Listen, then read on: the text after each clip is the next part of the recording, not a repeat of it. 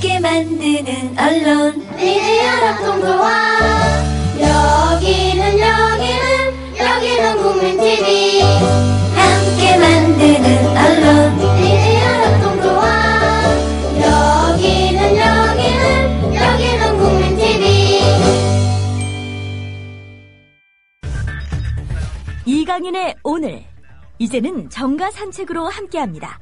정치권 동향 생생하게 풀어드릴 분은요. 네, 한국일보 양정대 기자, 안녕하세요. 네, 안녕하세요. 내일 국무회의 열리는 날인데 개정국회법에 대한 대통령의 거부권 행사 가능성이 높아 보인다. 이거 30일까지만 할 수 있는 거죠, 거부권 할 거면. 그렇죠. 그러면 할 기회가 내일밖에는 없는데 메르스가 완전 진정도 안 됐는데 과연 이 국면에 불을 지를까요? 보통 이제 국무회의가 매주 화요일 날. 예, 원칙은 그런데. 네.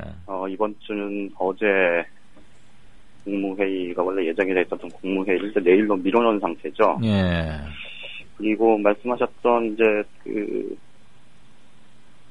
국회에서 통과된 법안이 정부로 이송돼서 이제 공포가 되거나 혹은 이 거부권이 행사되는 시한은 이제 15일인데. 네. 이게 이제 29일이냐 뭐 30일이냐 논란이 좀 있긴 합니다. 또 하루 차이 갖고 그래요? 저는 30일로 알고 있었는데 제가 잘못 알았구나. 예, 그래서 일부에서 지금 29일이다 뭐 이런 얘기도 있긴 한데 어쨌든 내일 국무회의에서 아마 최종 결론을 내릴 가능성이 높다는 게 청와대 쪽 얘기고요. 더 미뤄서 실익이 없다 뭐 이런 얘기들이 지금 청와대에서 나오고 있습니다. 예. 근데 내일 어쨌든 결론을 낼 것 같은데 말씀하신 대로 현재로서는 이 거부권 행사 가능성이 높다. 이게 대체적인 전망입니다. 말씀하셨듯이 지금 메르스 사태도 뭐 조금 수그러드는 듯 하다가 지금 어제 오늘 그 기류가 바뀌었어요. 그렇죠. 네. 지금 다시 몇몇 병원들이 이 전체가 지금 폐쇄되면서 건국대병원 같은데. 그렇죠. 다시 확산되는 것 아니냐 지금 뭐 이런 우려가 이제 점점 커져가고 있는 상황이고. 네. 또 엊그제 박근혜 대통령이 김포에 그 농가에 가서 소방호수로 물 뿌린 것 두고 뭐 이런저런 논란들이 컸던 것처럼 지금 가뭄 때문에 특히 지금 중북부 지방 같은 경우는 지금 굉장히 농민들의 시름이 커져가고 있지 않습니까? 예. 이런 상황에서 정부가 지금 이것 때문에 10조 원 내지 15조 원 규모의 추경을 편성하겠다 뭐 이런 얘기까지 나오는 이런 어려운 전반적으로 지금 이 어려운 상황에서 대통령이 이 거부권을 행사를 하는 게 상식적으로 보면 납득도 안 되고 어처구니가 없는 일이긴 한데 어쨌든 이제 거부권 행사 가능성은 높아져 있고 뭐 대체로 행사할 거라는 게 이제 뭐 정치권 안팎의 중론인데 일단 명분은 뭐 삼권분립에 위배된다 뭐 이런 얘기를 하지만 실제로는 그 적인 뭐 이유가 결국 청와대가 유승민 새누리당 원내대표, 집권 여당의 원내대표를 유승민은 도저히 안 되겠다. 라는 걸 이 명시적으로 보여주는 거다. 이런 해석이 많지 않습니까?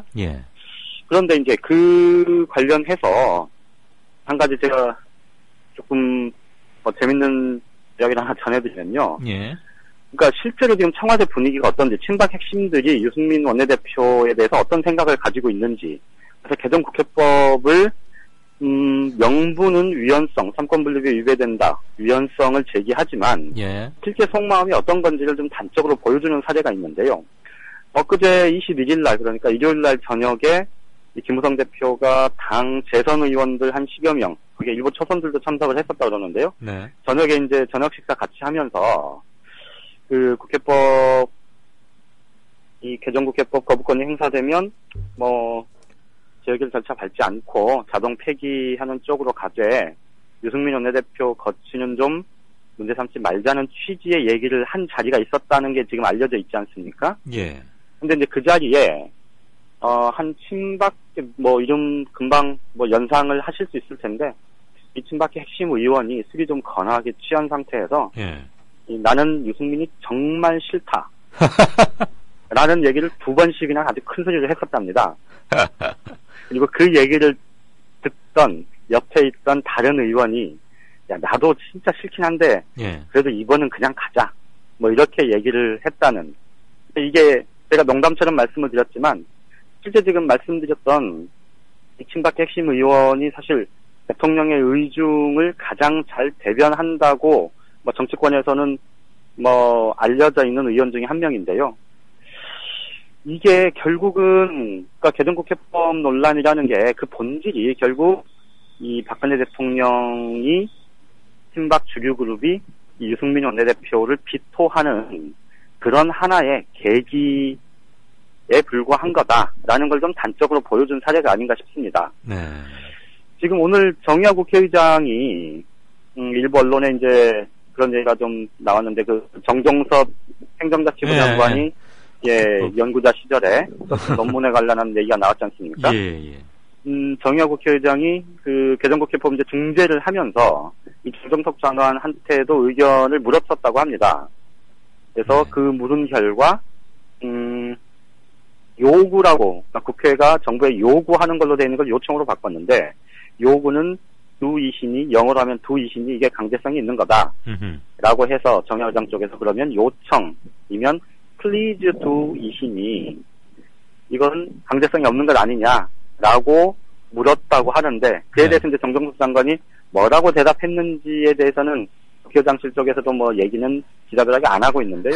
결국은 그게 그렇게 되면 위헌성은 상쇄될 수 있겠다라는 얘기가 있었으니 정의화 국회의장이 단지 한 글자 고친다는 그런 비아냥을 청와대로부터 들으면서도 그렇게 하지 않았겠습니까? 네. 이게 그러니까 누가 봐도 사실 뭐 정치적인 이해관계를 떠나서 보더라도 지금 우리 국내 상황이 대통령이 거부권을 행사하게 되면 당연히 여권 내부가 엄청 흔들릴 테고 여야 관계가 완전히 틀어질 수밖에 없을 텐데 이런 거를 예상을 하면서도 그게 불을 보듯 뻔한데도 굳이 거부권을 행사하는 이유 결국은 이 유승민 원내대표에 대한 비토 이게 핵심이라는 건데 과연 이렇게 나라를 운영해도 되는 건지 다시 한번 좀 되묻지 않을 수 없는 그런 상황인 것 같습니다. 이게 말이에요. 가뭄에 역병이 돌잖아요? 네네. 옛날 같으면 임금이 종묘 사직, 조상들 앞에 가서 머리 풀고 무릎 꿇고 사죄해야 할 일이고, 하던 정쟁도 멈추고 휴전해야 하는 거 아닙니까?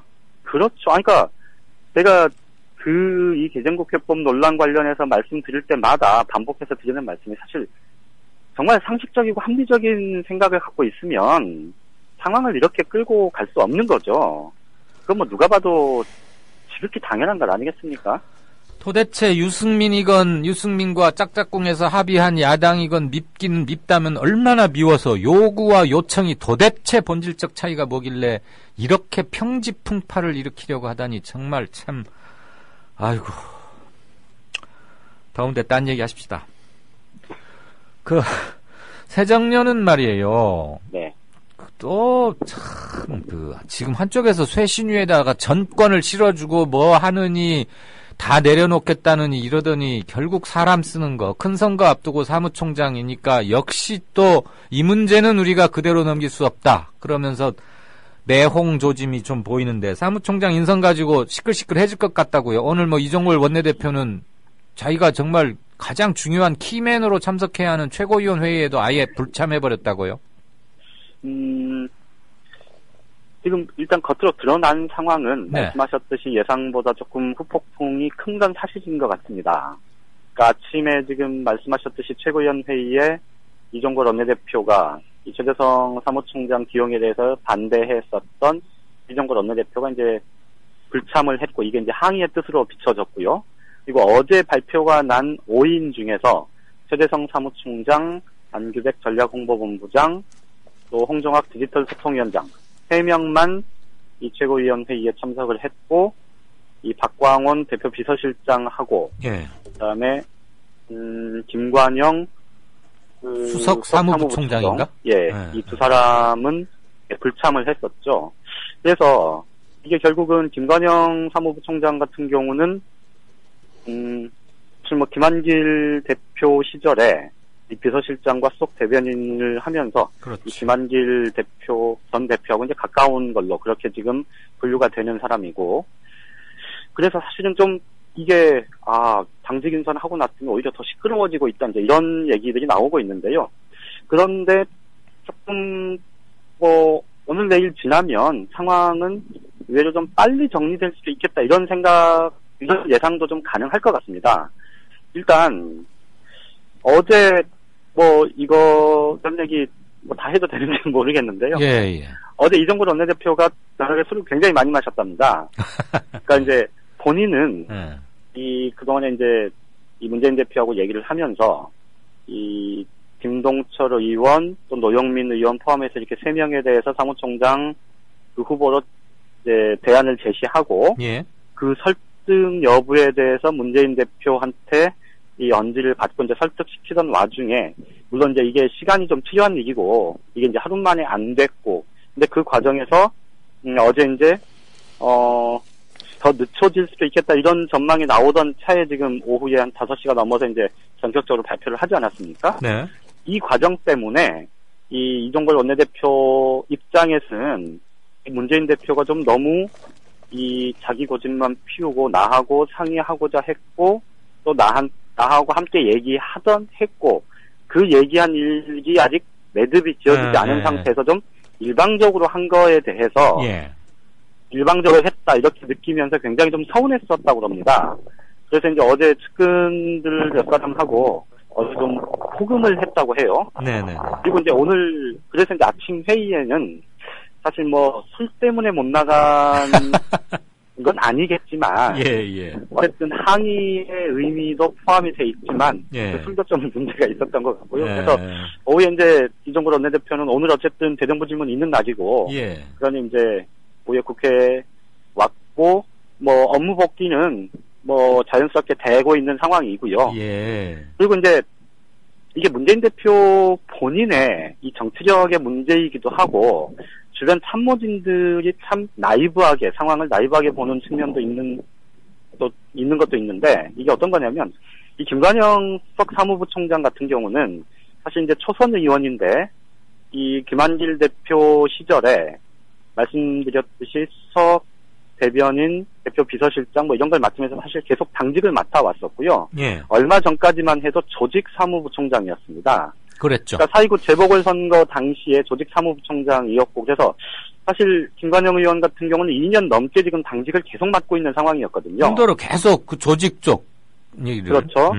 그래서 이제 본인은 문재인 대표가 수석사무부총장 제안을 해왔을 때, 그러니까 몇 가지 이제 그런 현실적인 이유들, 그리고 4.29 재보궐선거 패배에 대한 본인의 책임, 또 지역 상황, 그러니까 지역구 관리에 대한 어려움, 이런 것, 그리고 다른 사람도 좀 여러 기회가 주어져야 한다는 점, 이런 여러 가지 이유를 들어서 고사를 했었다 그럽니다.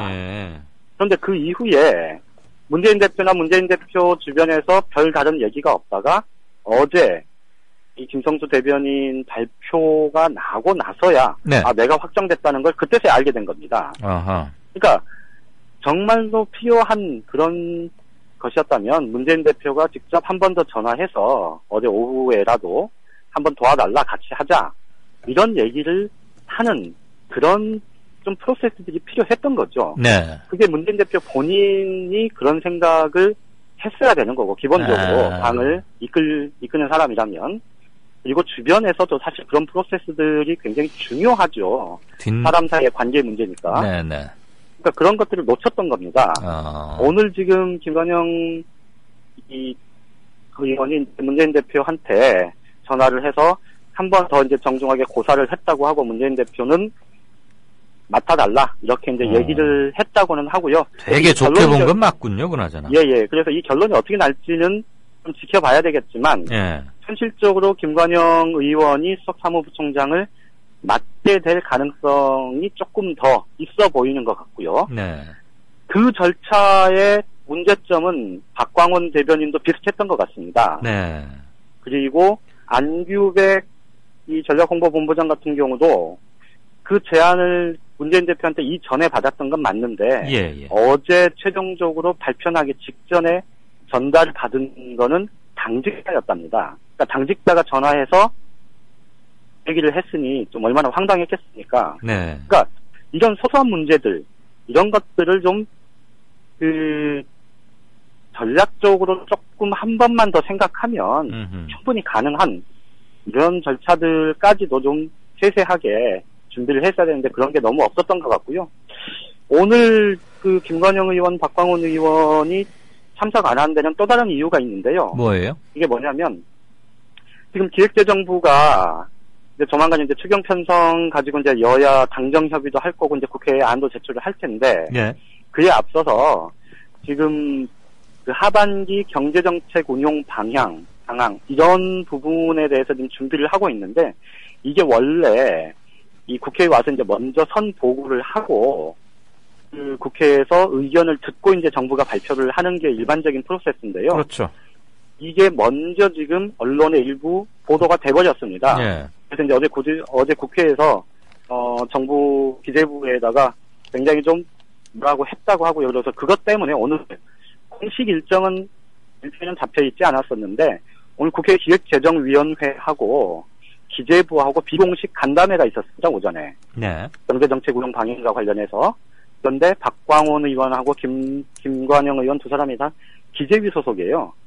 그래서 이제 이 사람들이 조금 이런 회의 참석, 당 회의 참석하고 뭐 시간이 겹쳐서 못 간 뭐 그런 측면도 있다고 합니다.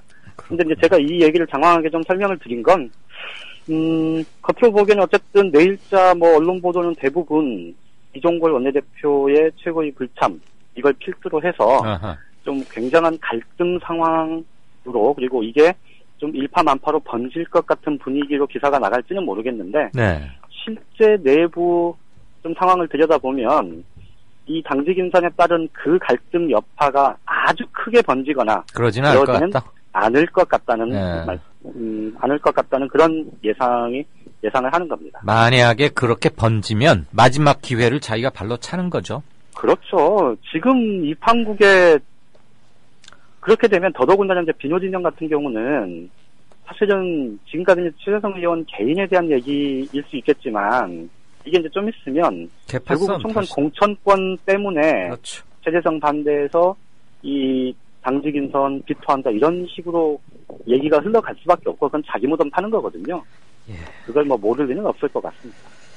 아무튼 뭐 장마철이 시작됐다고 하는데 불쾌지수를 높이는 요인이 인위적으로도 많이 작동되는 것 같습니다. 오늘 리포트 전달 받으니까요. 그나저나 자세한 뒷얘기를 좀 전에 듣고 났더니 그 일처리 과정이 매끄럽지 못한 점은 있었는데 이럴 때일수록 큰 몫을 하는 사람들은 본질과 부차적인 것을 확실히 가르마를 타 주어서 쓸데없는 오해가 불거지지 않도록 이렇게 좀 해주는 그거는 작지만 실은 참 중요한 것 같다는 생각을 또 한 번 하게 됐고. 그렇죠. 네네. 그 전병헌 의원을 국회에서 우연이라도 만나게 되면 말이에요. 꼭 좀 네. 전해주세요. 그 출처나 저작권을 좀 밝히고 써라. 어제 이제 우리가 사과 민영화, 이 정부가 사과도 민영화했다 이래가지고 우리 양 기자와의 정가산책 마무리를 했지 않습니까? 네네. 그 원 소스는 우리 청취자분이십니다. 네. 그런데 나는 이제 그걸 우리 양 기자한테 전해줄게 예. 알려준 거고.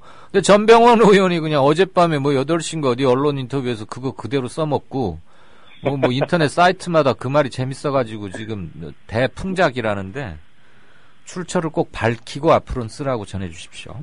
알겠습니다. 제가 따끔하게 신고를 하겠습니다. 예.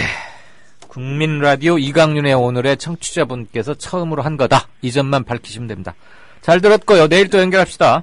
예, 고맙습니다. 네, 지금까지 정가산책 한국일보 양정대 차장이었습니다. 국민라디오 팟캐스트 응원하는 가장 쉬운 방법 아시나요? 다운로드하기, 별점 주기, 댓글 달기, 구독하기. 국민라디오 팟캐스트 널리 알리는 가장 쉬운 방법. 다운로드하기, 별점 주기, 댓글 달기, 구독하기. 기억하세요. 다운로드하기, 별점 주기, 댓글 달기, 구독하기.